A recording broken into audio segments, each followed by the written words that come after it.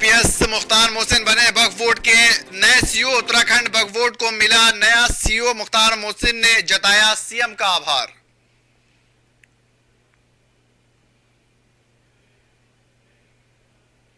Cabinet मंत्री के बेटे ने दर्ज करवाई एफआईआर। कांग्रेस नेताओं पर मुकदमा दर्ज। पिता की छवि को धूमिल करने का है आरोप।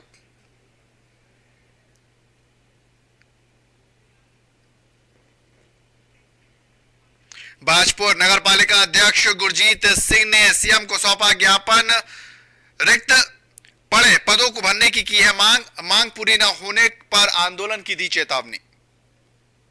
उत्तराखंड में फिर बड़ी तबाही से दस्तक। चमोली जिले के गोशीमठ में भू घसाव। सीएम धामी ने डीएम से मांगी रिपोर्ट।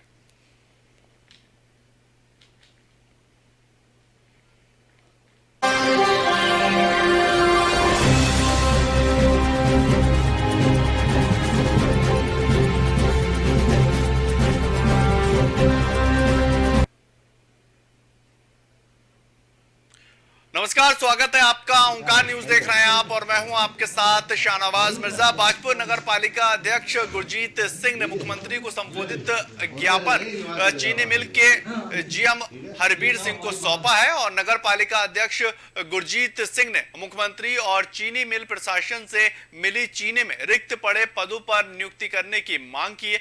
आपको बताएं कि बाजपुर चीनी मिल में काफी लंबे समय से कर्मचारियों के कई पद रिक्त पड़े हुए हैं और इससे चीनी मिल को आउटसोर्स से कर्मचारियों को कार्य करना पड़ रहा है, जबकि क्षेत्र के कई युवा बेरोजगारी के चलते भटक रहे हैं और इसी के चलते बाजपुर चीनी मिल के समीप नगर पालिका अध्यक्ष गुरजीत सिंह के कैंप कार्यालय पर लोग एकत्रित हुए, जिसके उपरांत नगर पालिका अध्यक्ष गुरजीत सिंह ने चीनी मिल कार्यालय में मुख्यमंत्री को संबोधित ज्ञापन सौंपा और चीनी मिल के जीएम हरबीर सिंह को ज्ञापन सौंपा गया।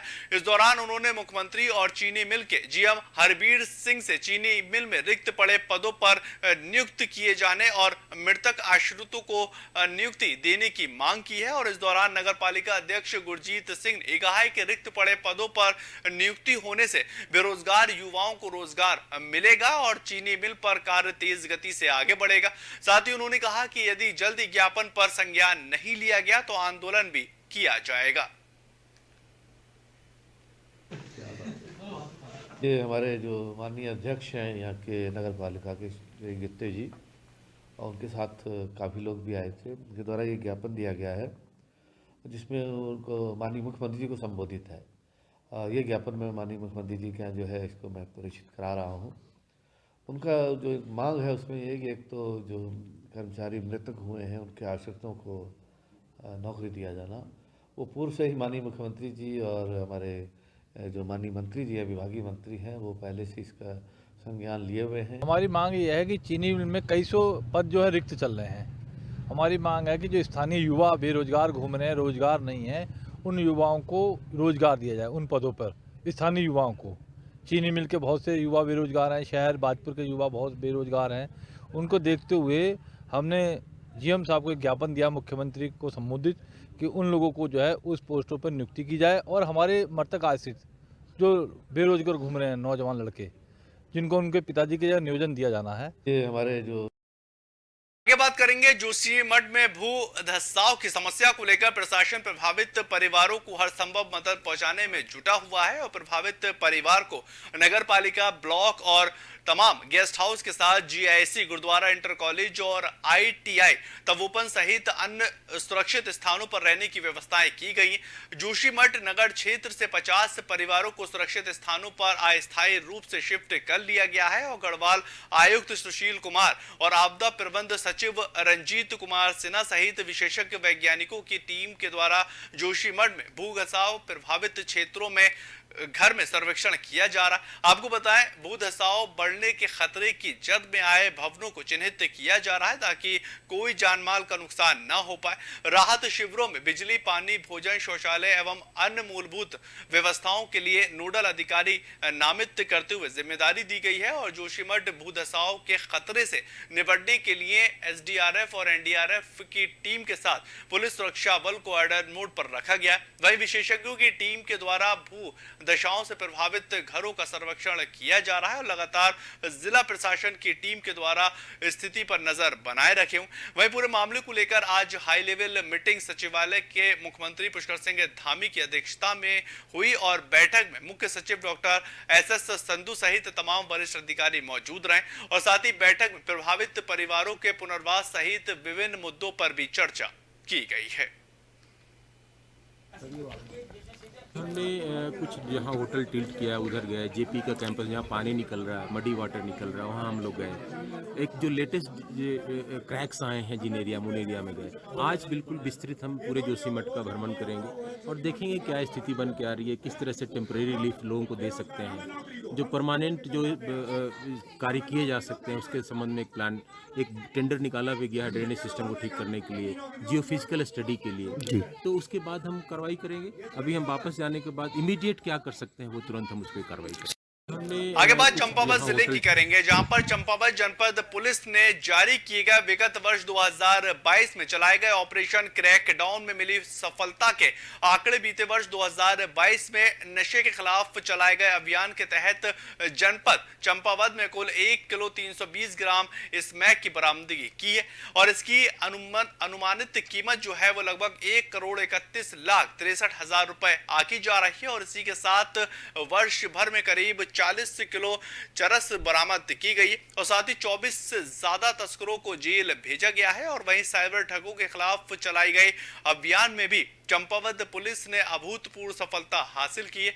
ठगी का शिकार हुए लोगों के लिए लगभग 48 लाख रुपए साइबर ठगों से बरामद भी किए गए हैं और साथ ही 30 साइबर ठगों की गिरफ्तारी की गई। चंपावत के पुलिस अधीक्षक देवेंद्र पिंचा ने मीडिया को जानकारी देते हुए बताया है कि बीते वर्ष पूरे प्रदेश के सबसे ज्यादा चरस की बरामदगी चंपावत जनपद पुलिस ने की थी और साथ ही साथ जनपद में लगभग 980 नाली भूमियों पर उगाई की गई।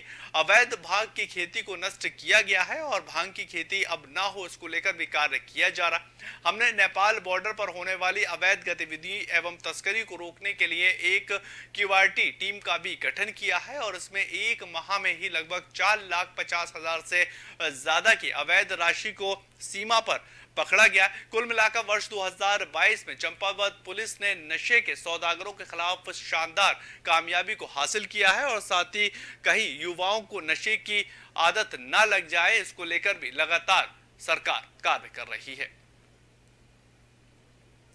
आपको बताएं, दरअसल उत्तराखंड गवर्नमेंट ने 2025 में अभियान रखा है कि नशा मुक्त उत्तराखंड जो है वो किया जाएगा और उसी कड़ी में लगातार कोशिश ये की जा रही है कि जो भी चरस गांजे की जो खेती हो रही है, जो सप्लाई बड़े पैमाने पर की जा रही है, उससे मुक्ति दिलवाई जा सके और उत्तराखंड सरकार लगातार इस बात को लेकर कोशिश करती हुई नजर आ रही है।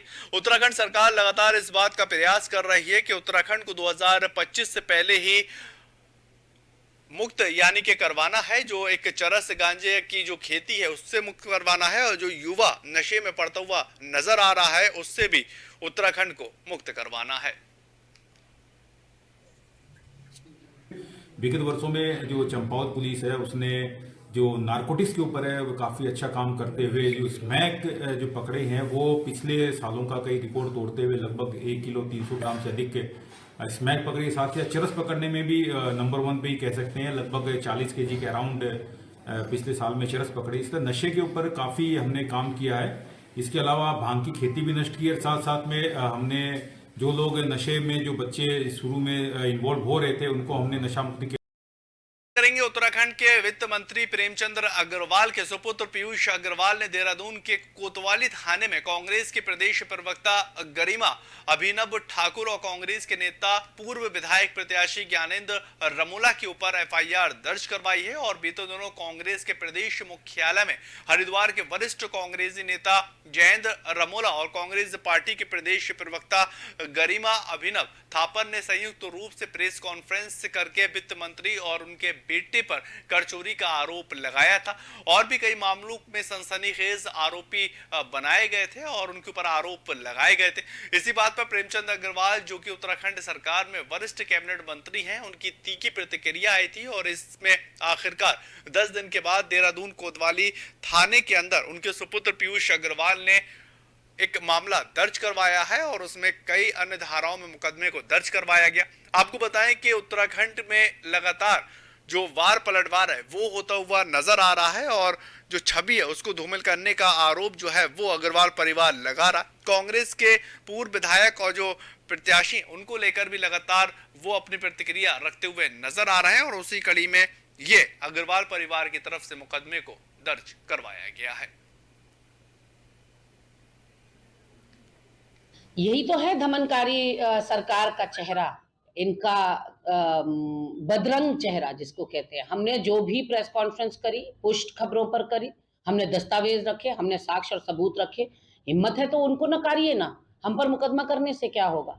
और मुकदमा आपने कर दिया, अच्छा हुआ, नहीं तो हम कोर्ट जाते। और दूध का दूध पानी का पानी तो होना ही चाहिए। उत्तराखंड की भूमि किसी की बपौती नहीं है कि प्रेमचंद अग्रवाल अपने पद का और रसूख का गलत इस्तेमाल करेंगे, सत्ता का दुरुपयोग करेंगे, लोगों को डराने धमकाने का काम करेंगे, विपक्ष की आवाज को दबाने का काम करेंगे। देखिए, जब वो गलत आरोप लगा रहे हैं तब वो ये बोल रहे हैं कि साहब आपने टैक्स को स्टैंप चोरी की। जब उन्होंने गलत आरोप लगाए, उनके खिलाफ रिपोर्ट हमारे बेटे के द्वारा लिखी गई, अब वो सत्ता की हनक बता रहे हैं। यानी चित भी तेरी और पट भी तेरी। तो ये तो नहीं होगा ना। यदि हमने गलत कोई आरोप आपने लगाया है, उसके खिलाफ पुलिस में रिपोर्ट दर्ज की है, अब ये पुलिस का विषय है ना, पुलिस जांच करेगी। यही तो है बात करेंगे दमनकारी आईपीएस पुलिस महानिरीक्षक और निदेशक यातायात यानी कि मुख्तार मोहसिन को वक्फ बोर्ड का सीईओ बनाया गया है और अभी तक यहां पर IAS doctor Ahmed Iqbal CEO बने हुए थे। शासन के द्वारा मुख्तार मोहसिन को सीईओ नियुक्त किया गया। आपको बताएं डॉक्टर अहमद इकबाल के पास शासन के कई अन्य जिम्मेदारियां हैं जिसके चलते वक्फ बोर्ड के समय नहीं दे पा रहे हैं और वक्फ बोर्ड के कार्य प्रभावित हो रहे हैं। वक्फ बोर्ड के अध्यक्ष शादाब शम्स ने कहा कि मुख्यमंत्री ने उन्हें हटाने की बात कही थी और अध्यक्ष शादाब शम्स ने मुख्यमंत्री पुष्कर सिंह धामी का आभार जताया। उन्होंने कहा कि वक्फ बोर्ड को आईपीएस सीईओ मिलने पर बोर्ड की संपत्ति से अवैध कब्जे हटाने में भी काफी मदद मिलेगी। और बताइए सर, उत्तराखंड वक्फ बोर्ड में नए सीईओ मिले हैं उत्तराखंड वक्फ बोर्ड को और एक आईपीएस सीनियर आईपीएस जो आज आईजी ट्रैफिक के रूप में निदेशक के रूप में काम कर रहे हैं, उनसे हमने स्पेशल आग्रह पे माननीय मुख्यमंत्री जी ने हमें एक अच्छा ऑफिसर दिया है जिससे वक्त की संपत्तियों का सही से संरक्षण किया जा सके। उन वक्त की संपत्तियों के जो अवैध कब्जे हैं उन्हें रोका जा सके। जो वक्त माफिया भूमाफिया वक्त की संपत्तियों पे अवैध कब्जे करके बैठे उनके ऊपर नकेल कसी जा सके। और इसलिए मैं माननीय मुख्यमंत्री जी का, माननीय मंत्री जी का दिल की गहराइयों से आभार व्यक्त करता हूँ। आगे बात करेंगे मुख्यमंत्री पुष्कर सिंह धामी जनपद चमोली के जोशीमठ में हो रहे भूधसाव के संदर्भ में आज उच्च स्तरीय समीक्षा बैठक करेंगे और बैठक में मुख्य सचिव के साथ साथ सचिव आपदा प्रबंध और सचिव सिंचाई के साथ पुलिस महानिदेशक और आयुक्त गढ़वाल मंडल के साथ पुलिस महानिरीक्षक और एसडीआरएफ और जिलाधिकारी चमोली सहित अन्य जिलाधिकारी उपस्थित रहेंगे। सभी से सीएम पुष्कर सिंह धामी के निर्देश पर आगे बढ़ने का कार्य किया जाएगा और गढ़वाल कमिश्नर सुशील कुमार और आपदा प्रबंध सचिव रंजीत कुमार सिन्हा, आपदा प्रबंध के अधिशासी अधिकारी पीयूष रतोला और एनडीआरएफ के डिप्टी कमांडेंट रोहितास मिश्रा, भूस्खलन न्यूनीकरण केंद्र के वैज्ञानिक सांतुन सरकार और आईआईटी रुड़की के प्रोफेसर डॉक्टर बी के महेश्वरी सहित तकनीकी विशेषज्ञों की पूरी टीम जोशीमठ पहुंच गई है। आपको बताएं कि जोशीमठ को लेकर जो है वो मुख्यमंत्री पुष्कर सिंह धामी जो है कई आला अधिकारियों के साथ और आपदा प्रबंध सचिवों के साथ आज बैठक करने वाले हैं और बैठक में लगातार ये कोशिश की जाएगी कि जो आपदा आती है उससे निपटने के किस तरह से कार्य किए जाएंगे और किस तरह से आगे का कोशिश की जाएगी कि लोगों को दिक्कत ना हो पाए।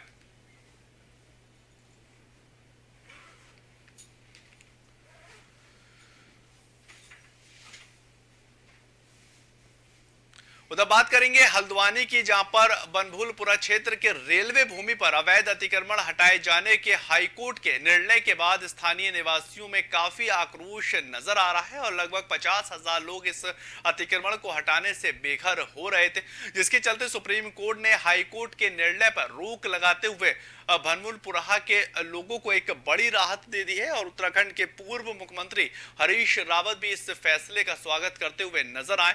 आपको बताते चलें कि सुप्रीम कोर्ट के इस आदेश के बाद 4000 परिवारों के आशियानों को नहीं उजाड़ा जाएगा। आपको बताइए, हरिद्वार में काफी लंबे वक्त से जो है खबर बनी हुई थी कि 4000 आशियाने जो हैं वो उजाड़े जाएंगे और इसमें तकरीबन 50,000 लोग जो हैं वो प्रभावित होते हुए नजर आ रहे थे। मामला नैनीताल हाईकोर्ट ने सुनाया कि जो रेलवे की संपत्ति है वो रेलवे विकास कार्य को आगे बढ़ाएगा और वहां से आशियाने हटने ही चाहिए। और उसके बाद जो पक्षकार थे वो सुप्रीम कोर्ट का दरवाजा खटखटाते हुए नजर आए और सुप्रीम कोर्ट ने भी इस पे सुनवाई करते हुए कहा कि एकदम जो 70 साल से लोग रह रहे हैं उन्हें 7 दिन के अंदर नहीं हटाया जा सकता और इसी कड़ी में अभी स्टे जो है उसको लगा दिया गया। अब आगे की कार्रवाई अगले महीने 7 फरवरी तक के लिए टाल दी गई है और आगे की कार्रवाई में क्या कुछ होगा इसको लेकर भी हम आपको अपडेट देते रहेंगे। लेकिन अभी फिलहाल जो हल्द्वानी है वहां की जो रेलवे कॉलोनी में जो लोग बसे हुए हैं उनको वहां से नहीं हटाया जाएगा। बहुत बहुत स्वागत है। पूरा उत्तराखंड इससे बहुत राहत महसूस कर रहा है। हम सुप्रीम कोर्ट को हार्दिक धन्यवाद देते हैं। ये सुप्रीम निर्णय है और इस निर्णय ने उत्तराखंड के मानवीय चेहरे को बचा दिया। यदि हमारे 52,000 बच्चे जिसमें सम्मिलित हैं, वृद्ध सम्मिलित हैं, विकलांग सम्मिलित हैं, गर्भवती महिलाएं सम्मिलित हैं, ऐसे लोग, गरीब लोग सम्मिलित हैं, वो सड़कों में आते इस कड़कड़ाती ठंड में, तो उससे हमारे राज्य के मानवीय चेहरे पर दाग लगता। राज्य सरकार की कमियों के कारण ये सारी स्थितियां पैदा। आगे बात करेंगे बंद दरोगा भर्ती परीक्षा में अनियमितताओं को लेकर अभ्यर्थी मीडिया से मुखातिब हुए और उन्होंने ये बताया कि पिछले दिनों विवादित 3 भर्ती परीक्षाओं को निरस्त कर दिया गया है और अब आयोग उन परीक्षाओं को दोबारा से कराएगा। उन्होंने कहा कि हम आयोग के चेयरमैन GS मर्तोलिया का धन्यवाद दिया और उन्होंने ये कहा कि हम उनका धन्यवाद अदा करते हैं क्योंकि पिछले 1 साल से हम दर दर की ठोकरें खा रहे थे और खाने पर मजबूर थे। उन्होंने आगे कहा कि हम सरकार का भी धन्यवाद करते हैं और राज्य गठन के बाद से उत्तराखंड में भर्ती घोटाले पर एक बाढ़ सी चली आ रही है और उन पर पहली बार सर्जिकल स्ट्राइक आपके द्वारा की गई। बड़े बड़े नकल माफियाओं को आपने सलाखों के पीछे भेजने का कार्य किया है और उन्होंने ये भी कहा कि हम सरकार का धन्यवाद अदा करते हैं और इसके अलावा चयन आयोग का भी धन्यवाद देते हैं क्योंकि उन्होंने इस भर्ती परीक्षा पे अपना निर्णय सुनाया है। आपको बताएं कि भर्ती घोटाले को लेकर और भर्ती परीक्षाओं को लेकर यहाँ पर धन्यवाद प्रकट किया गया है और साफ तौर पर कहते हुए नजर आए हैं कि हम जो आयोग है उसका भी धन्यवाद अदा करते हैं और जो नकल माफियाओं को सलाखों के पीछे भेजा गया है उनको भी भेजने के कारण हम आपका धन्यवाद अदा करते हैं। साथ ही साथ आपको इस बात की भी जानकारी दें कि पिछले 1 साल से दर दर की जो ठोकरें खाने पर युवा मजबूर था, उन्होंने भी सरकार का धन्यवाद करते हुए राज्य गठन के बाद से ही उत्तराखंड में भर्ती घोटालों पर एक बाढ़ सी चली आ रही थी और उन पर पहली बार सर्जिकल स्ट्राइक आपके द्वारा की गई। बड़े बड़े नकल माफियाओं को आपने सलाखों के पीछे भेजने का कार्य किया है और उन्होंने कहा कि हम सरकार का धन्यवाद करते हैं और इसी के द्वारा चयन आयोग का भी उन्होंने धन्यवाद किया है।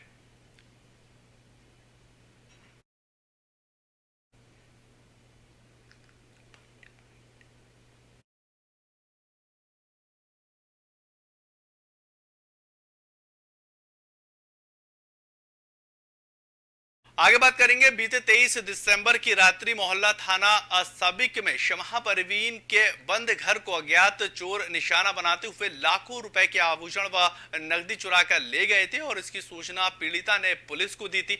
इतने दिन गुजर जाने के बाद आज तक घटना का खुलासा नहीं हो सका है और आपको ये बताएं कि इस चोरी में पीड़िता ने अपनी देवरानी रानी चौधरी, जो कि भाजपा महिला मोर्चा की नगर उपाध्यक्ष और समाज सेविका है, उन्होंने 2 नाबालिग पुत्रों पर शक जाहिर किया है और इसी से गुस्साए महिला मोर्चा की उपाध्यक्ष ने अपनी दर्जनों कार्यकर्ताओं के साथ ASP कार्यालय पहुंचकर प्रार्थना पत्र दिया और ये कहा कि जिस तरीके से पीड़िता ने नाबालिग के बच्चों के ऊपर शक जाहिर किया है और उससे उसकी प्रतिष्ठा को ठेस पहुंचती है और बच्चों को भी ठेस पहुंची है। लेकिन अपर पुलिस अधीक्षक के ना मिलने पर उन्होंने प्रार्थना पत्र उनके कार्यालय पर दे दी है और उन्होंने प्रार्थना पत्र के माध्यम से ये कहा कि पुलिस इस चोरी का पर्दाफाश अति शीघ्र करे ताकि दूध का दूध और पानी का पानी हो सके।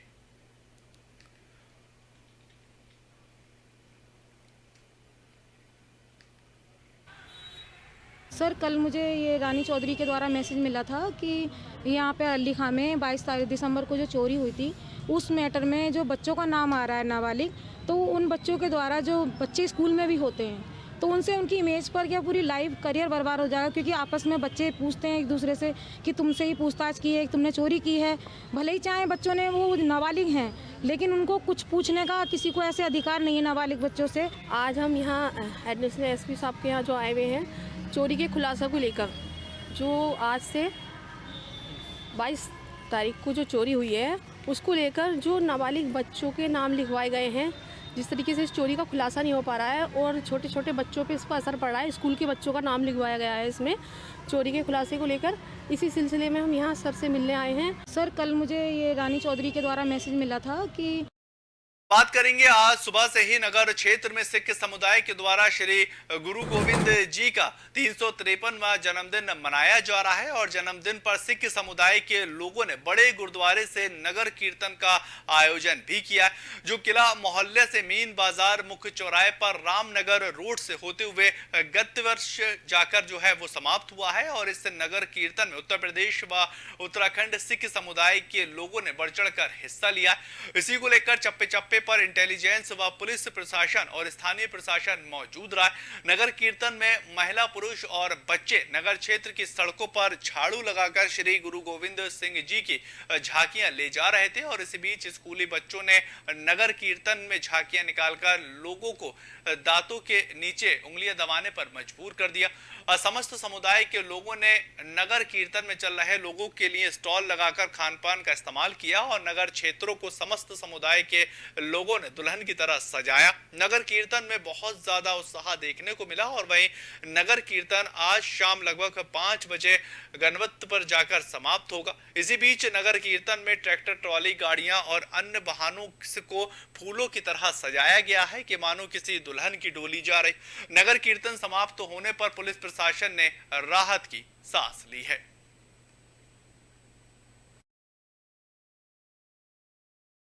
है सदैव हमें यही याद दिलाता है कि देश के लिए, समाज के लिए हम किस तरह से जो बलिदान जो दिया जाता है, जो बलिदान दिया, वो सदैव हमें याद रखने योग्य है कि सिर्फ अपने लिए न जिए बल्कि हमें दूसरों के लिए जीने का एक संदेश गुरु गोविंद सिंह जी के द्वारा बताया गया है। और इसी में इसमें हम देखते हैं हर वर्ष की भांति, क्योंकि बीच में जब कोरोना का 2 वर्ष का कार्यकाल था उस समय नहीं निकला था। तो गोविंद सिंह के जन्म उत्सव के ऊपर हर साल ही निकाला जाता है। पिछले साल 2 साल से ये कोरोना की वजह से नहीं निकाल पाए, इसलिए संगत में बहुत उत्साह है। संगत बहुत खुशी से आज ये त्यौहार मना रहे हैं और ये बड़ी अच्छा, सबको बहुत खुशी की बात है। का 356वां जन्मदिन बनाया जा रहा है और इस पर्व पर मैं सभी काशीपुर के जितनी समस्त संगत है वो आज जुटी हुई है। नगर कीर्तन हर्षोल्लास से मनाया जा रहा है और इसका समापन लगभग शाम को होगा। और देखिए कितना विशाल ये जो नगर कीर्तन है, जिसकी एक भुजा जो है वो चौराहे पे है, दूसरी भुजा किले बाजार पे है। इस बुलेटिन में इतना ही। ताज़ा खबरों के लिए आप लगातार बने रहें। ओंकार।